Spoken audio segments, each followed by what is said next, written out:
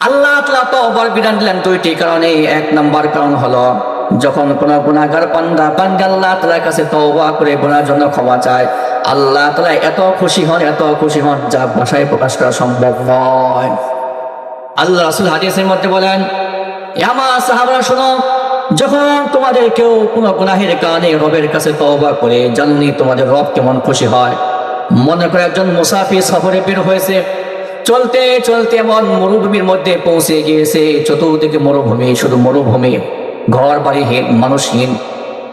এক পর্যায়ে সে ক্লান্ত হয়ে যায়। ক্লান্ত হওয়ার কারণে বাহন থেকে নামে। বাহন থেকে নামার পর বিশ্রাম শুরু করে। বিশ্রাম করা অবস্থায় হঠাৎ করে তার বাহন যন্ত্র হারিয়ে ফেলে। আবার ওই বাহন যন্ত্রের মধ্যে তার খানা পিনার ব্যবস্থা রয়েছে। ভাইয়ের আমার, চতুর্দিকে তাল্লাশি করে, চতুর্দিকে চোখ যে পর্যন্ত যায় সেই পর্যন্ত সে খোঁজাখুঁজি করে, কিন্তু কোনো অবস্থায় তার বাহন যন্ত্র খুঁজে পায় না। ভাইয়ের আমার, যখন সে তার বাহন যন্ত্র খুঁজে না পায়, শুধু বাহন যন্ত্র না, এক পর্যায়ে ওই মুসাফির তার জীবন থেকে নিরাশ হয়ে যায়। কারণ এই মরুভূমি থেকে বাইর হওয়ার কোনো সুযোগ নাই। আবার যে খানা পিনা তাও ওই বাহন যন্ত্রের সাথেই। যেই খানা পিনা আহার করে জীবনকে সে ধারণ করবে, সেই খানা পিনার ব্যবস্থা নাই। যখন সে জীবন থেকে নিরাশ হয়ে যায়, জীবন থেকে নিরাশ হয়ে যাওয়ার পরে এক গাছের নিচে গিয়ে সে ক্লান্ত হয়ে শুয়ে পড়ে আর ঘুমিয়ে যায়। ভাইয়ের আমার, কিছুক্ষণ পর যখন ঘুম থেকে জাগ্রত হলো, ঘুম থেকে জাগ্রত হয়ে সে দেখতে পায় তার বাহন যন্ত্র তার সামনে দণ্ডায়মান। যখন সে বাহন যন্ত্র দণ্ডায়মান পেল, আর কাল বিলম্ব না করে এদিক সেদিক না তাকিয়ে এক লাফ দিয়ে ওই বাহন যন্ত্র লাগামকে ধরে ফেলে। যখন সে ওই বাহন যন্ত্র লাগামকে ধরার পর এত খুশি হয়, সে আল্লাহ তাআলার শুকরিয়া আদায় করতে গিয়ে তার জবান দিয়ে বলে ফেলে, আল্লাহুম্মা আনতা আবদি ওয়া আনা রাব্বুকা, আল্লাহুম্মা আনতা আবদি ওয়া আনা রাব্বুকা। হে আল্লাহ, তুমি আমার গোলাম, আমি তোমার রব। কি বলতেছে? খেয়াল করছেন? আল্লাহ শুকরিয়া আদায় করবা যায়, যেই ক্ষেত্রে সে জীবন থেকে নিরাশ হয়ে পড়ছে, কিছুক্ষণ পরে তার মৃত্যু হইবে। ওই সময় যখন তার বাহন যন্ত্র খুঁজে পেল, সে আল্লাহর শুকরিয়া আদায় করতে গিয়ে এত খুশি হয়েছে যে খুশিতে সে জবান দিয়ে বলতেছে, আল্লাহুম্মা আনতা আবদি, আল্লাহ তুমি আমার গোলাম, ওয়া আনা রাব্বুকা, আর আমি তোমার রব। সে কি বলছে? আল্লাহ তুমি আমার গোলাম আর আমি তোমার কি? ভাইরা আমার, কোন সুস্থ মানুষ যদি এই কথা বলে তার ঈমান থাকবে? ঈমান থাকবে? হ্যাঁ, সাথে সাথে ঈমান চলে যাবে। কিন্তু এই ব্যক্তি ঈমান যাবে না। কেন? সে এত খুশি হয়েছে, খুশিতে তার দিমাগ নষ্ট হয়ে গেছে। সে জবান দিয়ে যে কি বলতেছে তার চিন্তা ফিকির নাই। ভাইরা আমার, আল্লাহ রাসূল হাদিসের মধ্যে বলেন, এই মুসাফির যে পরিমাণ না খুশি হয়েছে, যখন কোন গুনাহগার বান্দা বান্দি আল্লাহ তাআলার কাছে তওবা করে, আল্লাহ তাআলা এই মুসাফির চাইতে 1000 গুণ খুশি হয়ে থাকে। এই জন্য এই তওবা করার আল্লাহ তাআলা অধিক খুশি হয়ে থাকেন। এই জন্য হযরত ওয়াহশী রাদিয়াল্লাহু তাআলা আনহুর ক্ষেত্রে তিনি যে কয়েকটা আপত্তি করেছেন, আল্লাহ তাআলা নারাজ হন নাই। আল্লাহ তাআলা প্রত্যেকটা আপত্তির মোকাবেলায় এক একটা আয়াত নাযিল করে তার মনে সব খটকা দূর করে দিয়েছেন। হযরত ওয়াহশী রাদিয়াল্লাহু তাআলা আনহু ইসলাম গ্রহণ করার পূর্বে গোলাম ছিলেন। যে সমস্ত কাফের আল্লাহ রাসূলকে বেশি কষ্ট দিয়েছে, এদের মধ্যে একজন হলেন হযরত ওয়াহশী রাদিয়াল্লাহু তাআলা আনহু। উহুদের যুদ্ধের ময়দানে হযরত ওয়াহশী রাদিয়াল্লাহু তাআলা আনহু আল্লাহ রাসূলের চাচা হযরত হামজা রাদিয়াল্লাহু তাআলা আনহুকে শহীদ করে ফেলে। যখন ওয়াহশী রাদিয়াল্লাহু তাআলা আনহু হামজা রাদিয়াল্লাহু তাআলা আনহুকে শহীদ করে ফেলল, তখন হিন্দা রাদিয়াল্লাহু তাআলা আনহা আল্লাহ রাসূলের চাচা হামজা রাদিয়াল্লাহু তাআলা আনহুর পেট ফেড়ে তার কলিজা বের করে চাপিয়ে চাপিয়ে খেয়েছে। কারণ এই হামজা রাদিয়াল্লাহু তাআলা আনহু বদরের যুদ্ধে তার বাপকে হত্যা করেছিল। বাপের হত্যার প্রতিশোধ নিতে গিয়ে হযরত হামজা রাদিয়াল্লাহু তাআলা আনহু পেটকে ফেড়ে তার কলিজা বের করে চাপিয়ে চাপিয়ে খেয়েছে। এখানে শেষ করা নয়, তার নাক কেটেছে, কান কেটেছে, অঙ্গ প্রত্যঙ্গ টুকরা টুকরা করে মালা বানিয়ে সেই মালায় গলায় পরিধান করে নাচানাচি করেছে। এই অবস্থা আল্লাহ রাসূল দেখলেন, এত কষ্ট পেয়েছেন, মৃত্যুর আগ পর্যন্ত তার ওই কষ্ট বলতে পারেন নাই। এত নির্মম ভাবে হত্যা করা হয়েছে তার চাচা হামজা রাদিয়াল্লাহু তাআলা আনহুকে। আর এই হত্যা করেছে হযরত ওয়াহশী রাদিয়াল্লাহু তাআলা আনহু। কে হত্যা করেছে? কে শহীদ করেছে? হযরত ওয়াহশী রাদিয়াল্লাহু তাআলা আনহু।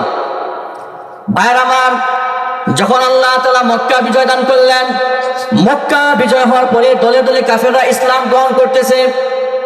এই দিক থেকে দলে দলে কাফেররা ইসলাম গ্রহণ করতেছে, ওই দিক থেকে ওয়াহশী পলায়ন করতেছে। কারণ তিনি মনে মনে ভেবেছিলেন, আমি আল্লাহ রসুলকে যে পরিমাণ কষ্ট দিয়েছি, দুনিয়ার সকলকে মাফ করলো, রসুল আমাকে কখনো মাফ করবে না।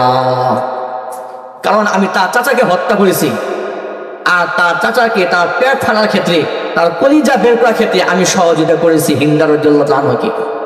তো দুনিয়ার সকলকে মাফ করলো, আল্লাহ রাসূল আমাকে কখনো মাফ করবে না। এই চিন্তা করে সে পলায়ন করতেছে। যখন সে পলায়ন করতেছে, তার কতিপয় বন্ধুর সাথে সাক্ষাৎ হয়ে গেল। তখন তার বন্ধুরা বললে, ওয়াহশী তুমি কোথায় যাইতেছ? হযরত ওয়াহশী বললেন, এই মক্কা থাকার সুযোগ নাই, কারণ মক্কা মুহাম্মদ বিজয় করে নিয়েছে। যে কোনো মুহূর্তে সে আমাকে পাকড়াও করে হত্যা করতে পারে, এই জন্য মক্কায় থাকা যাবে না, আমি পলায়ন করতেছি। তখন ওয়াহশী রাদিয়াল্লাহু তাআলা বন্ধুরা বলল, এই ওয়াহশী শোনো, তুমি কেন, তোমার চাইতে 1000 গুণ অপরাধী যদি নবী মুহাম্মদের কাছে যায় আর তওবা করে, নবী মুহাম্মদ তাকে পর্যন্ত মাফ করে দিবে। এই ওয়াহশী, তুমি কি অপরাধ করেছো? তোমার চাইতে 1000 গুণ অপরাধী যদি নবী মুহাম্মদের কাছে গিয়ে তওবা করে ঈমান আনে, আল্লাহ রাসূল তাকে মাফ করে দিবে। এই ওয়াহশী, তুমি পলায়ন করো না, তুমি নবী মুহাম্মদের দরবারে যাও।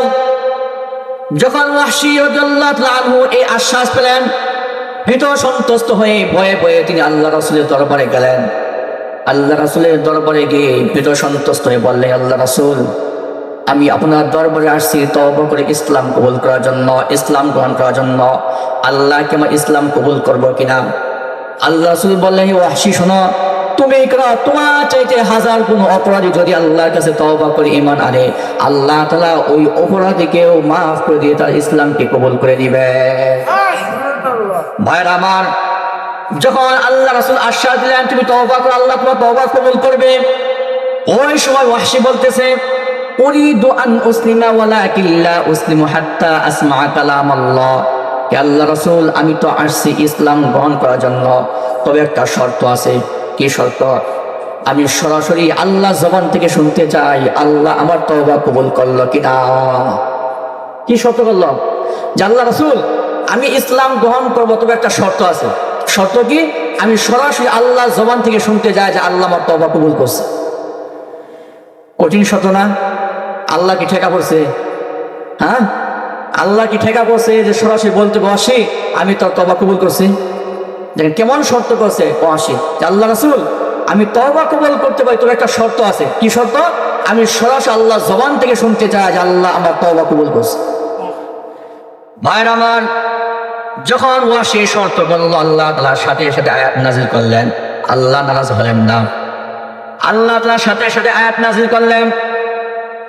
আল্লাহ তাআলা কোরআনের মধ্যে বলেন, ওয়াল্লাযীনা লা ইয়াদউনা মা'আল্লাহি ইলাহান আখার ওয়া লা ইয়াকতুলুনান নাফসাল্লাতী হারামাল্লাহু ইল্লা বিল হাক্কি ওয়া লা ইয়াজনুন ওয়া মান ইয়াফআল যালিকা ইয়ালকা আসামা। এ নবী মুহাম্মদ, দুনিয়ার মানুষদেরকে বলে দিন, যারা আমি আল্লাহ তাআলার সাথে কাউকে শরীক করবে না, অন্যায়ভাবে কাউকে হত্যা করবে না, জিনা করবে না, এদেরকে আমি আল্লাহ তাআলা মাফ করে দিব। যারা আমি আল্লাহ তাআলার সাথে কাউকে শরীক করবে না, 1 নাম্বার। অন্যায়ভাবে কাউকে হত্যা করবে না, 2 নাম্বার। 3 নাম্বার, জিনা করবে না। এই 3 কাজ না করবে, আমি আল্লাহ তাআলা তাদেরকে মাফ করে দিব। কিন্তু কেউ যদি এই 3 কাজের কোনো একটা কাজ করে, সে কঠিন শাস্তির সম্মুখীন হইবে। এই আয়াত নাযিল হওয়ার পরে আল্লাহ রাসূল ওয়াহশীকে বললেন, ওয়াহশী তুমি ইসলাম কবুল করো। আল্লাহ বলতেছেন, যারা এই 3 কাজ না করবে তাদেরকে মাফ করে দিবেন, কিন্তু যদি এই 3 কাজের কোনো একটা কাজ করে তাদেরকে কঠিন শাস্তি দিবেন। হযরত ওয়াহশী বললেন, হে আল্লাহ রাসূল, আমি ইসলাম গ্রহণ করতে পারবো না, কারণ আল্লাহ তাআলা এই আয়াতের মধ্যে 3টা বিষয় উল্লেখ করেছেন। 1 নম্বর, আল্লাহ তাআলার সাথে কাউকে শরীক করা যাবে না। 2 নম্বর, কাউকে অন্যায়ভাবে হত্যা করা যাবে না। 3 নম্বর, জিনা করা যাবে না। অথচ ইন্নী আশরাকতু বিল্লাহি ওয়া কাতালতুন নাফসাল্লাতী হারামাল্লাহু বিগাইরি হাক্কিন ওয়া যানাইতু। হে আল্লাহ রাসূল, আমি তো শিরকও করেছি, আমি অন্যায়ভাবে অনেককে হত্যা করেছি, আপনার চাচাকে পর্যন্ত হত্যা করেছি। এমনকি আমি জিনা পর্যন্ত করেছি, আমি তো 3 কাজই করেছি, তাহলে তো আল্লাহ আমাকে মাফ করবে না। আল্লাহ কি করবে না? মাফ করবে না। তাহলে ইসলাম গ্রহণ করে লাভটা কি? আমি তো 3 কাজই করেছি, শিরকও করেছি, মানুষ হত্যা করেছি, আবার জিনাও করেছি। আল্লাহ বলতেছেন এই 3 কাজ করলে সে কঠিন শাস্তির সম্মুখীন হইবে। আমি তো 3 কাজই করেছি, তাহলে তো আমার ইসলাম আল্লাহ কবুল করবে না। ভাইরা আমার, যখন ওয়াহশী বলল আল্লাহ রাসূল আমি ইসলাম গ্রহণ করতে পারবো না, কারণ এই আয়াতের মধ্যে আমার ইসলাম আল্লাহ কবুল করবে এরকম কোনো আলামত নাই, আল্লাহ তাআলা সাথে সাথে আরেকটা আয়াত নাযিল করলেন। আল্লাহ তাআলা বলেন ইল্লা মান তাবা ওয়া আমানা ওয়া আমিলা আমালান সালিহান ফাউলাইকা ইউবাদদিলুল্লাহু সাইয়্যাতিহিম হাসানাত ওয়া কানাল্লাহু গফুরুর রহিমা। আল্লাহ তাআলার সাথে সাথে আয়াত নাযিল করলেন, আল্লাহ নারাজ হলেন না। আল্লাহ তাআলা নবী মুহাম্মদকে লক্ষ্য করে বলতেছেন, হে নবী মুহাম্মদ, দুনিয়ার মানুষদেরকে বলে দিন ইল্লা মান তাবা, যারা তওবা করবে। সে হাজার শিরক করছে, হাজার মানুষকে হত্যা করছে, জিনা করছে, কোনো সমস্যা নাই। ইল্লা মান তাবা, যদি সে তওবা করে, ওয়া আমানা, আমি আল্লাহ তাআলার প্রতি ঈমান আনে, ওয়া আমিলা আমালান সালিহান, নেক কাজ করে। কয়টা শর্ত? 1 নাম্বার, সে হাজার গুনাহ করছে, হাজার শিরক করছে, হাজার মানুষকে হত্যা করেছে, জিনা করছে, কিন্তু এরপরে সে যদি তওবা করে, ওয়া আমানা, ঈমান আনে, ওয়া আমিলা আমালান সালিহান, নেক কাজ করে, আমি আল্লাহ তাআলা শুধু তাদের গুনাহ খাতা মাফ করব না, ইউবাদদিলুল্লাহু সাইয়্যাতিহিম হাসানাত, আমি তাদের প্রত্যেকটা গুনাহের মোকাবেলায় নেকি দ্বারা ভরপুর করে দিব।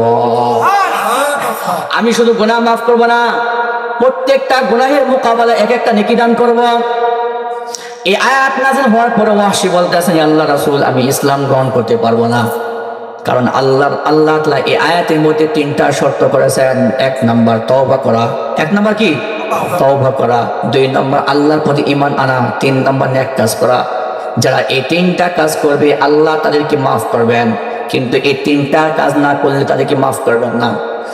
আল্লাহ রাসূল আমি তওবা করলাম, ঠিক আছে, আমি ঈমান আনলাম, এটাও ঠিক আছে, কিন্তু তওবা আর ঈমান আনার পরে আমি নেক কাজ করতে পারবো কিনা এই গ্যারান্টি তো আমার নাই।